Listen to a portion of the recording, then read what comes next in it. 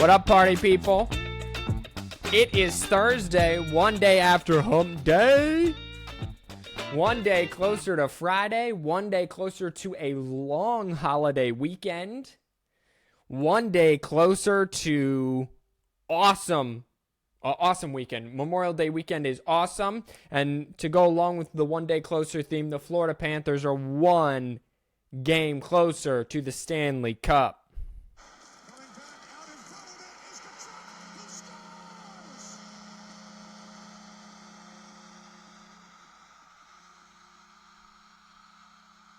That was sound of TNT. But that was all copyrights go to TNT there. Matthew Tkachuk scores twice.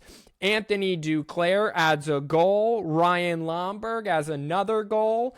And they beat the Carolina Hurricane to complete the sweep 4-3. Matthew Tkachuk scores with 4.9 seconds remaining in the game to send the Panthers to the Stanley Cup for the first time in 29 years. Who they will be facing might be determined tonight between the Dallas Stars and the Vegas Golden Knights. The Vegas Golden Knights have a 3-0 lead. They have had 3-0 leads in their franchise history. It's been a short history for them as they only came about, I want to say, maybe 6 years ago now. I was still working at my hospital job there. So that takes place tonight on ESPN at 8 p.m. Can the Dallas Stars save off elimination, or will it be Vegas and the Panthers?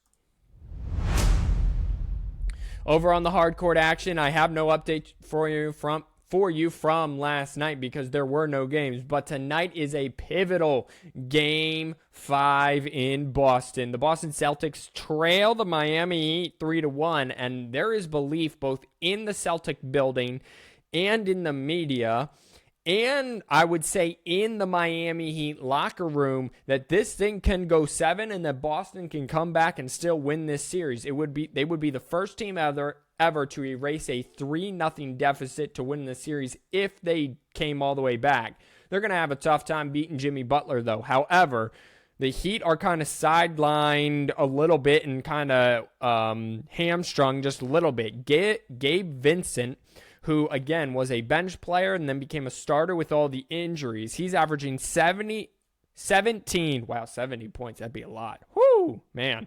That'd be like video game stuff. Anyway, 17.5 points in the Eastern Conference Finals. He's shooting 50% of 3 and 58% from the floor. He will not play tonight because of a sprained left ankle. So the Miami Heat are fighting an uphill battle, but it would be the most Miami Heat thing to do to walk into TD Garden after getting smacked around in Game 4 at home without one of your now playoff stars and win that game. So I'm not betting against them. I'm not betting on them. I don't bet on basketball because I'm terrible at betting. So that's just my personal opinion. The Denver Nuggets still are waiting to get to see who they will be facing between the Heat and the Celtics. They are using this time off for some team bonding. Let's switch it over to some college football. So, former UCF quarterback Mackenzie Milton. Mackenzie Milton was an absolute superstar. He played at UCF from 2018 to 2020 before he finished his career in 2021. He was the quarterback when Josh Heupel, now the Tennessee coach, was the UCF head coach. Mackenzie Milton joins the Tennessee staff as an analyst. He was a superstar during the 2018 season.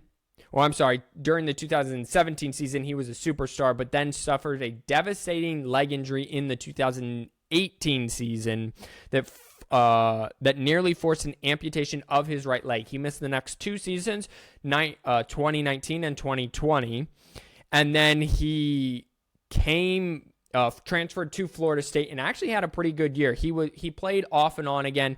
There was this moment against Notre Dame where he led a rally from down 18 points to tie the game and force overtime before Notre Dame would eventually win it. It's a cool story, so I'm glad to see that he's sticking around college football, even if it is just as an analyst job for now.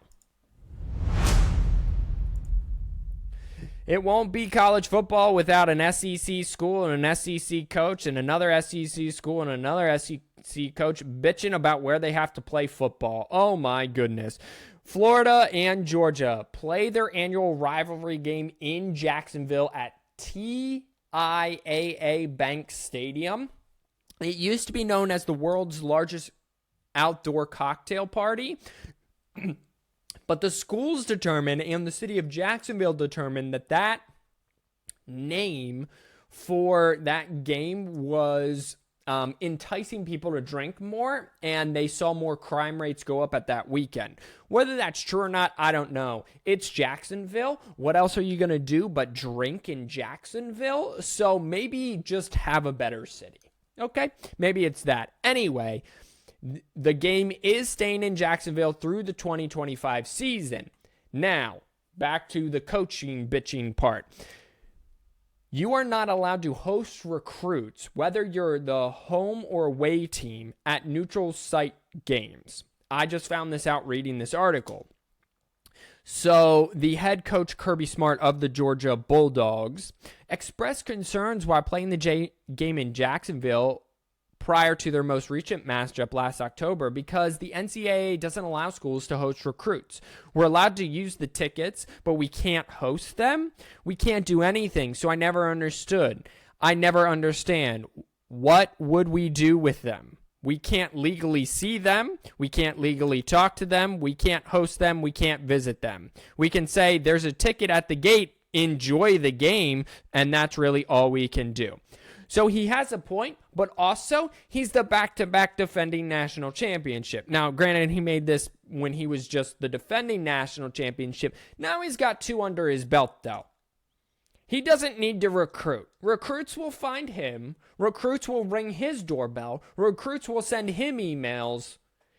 He just has to play football, and he's going to get the recruits.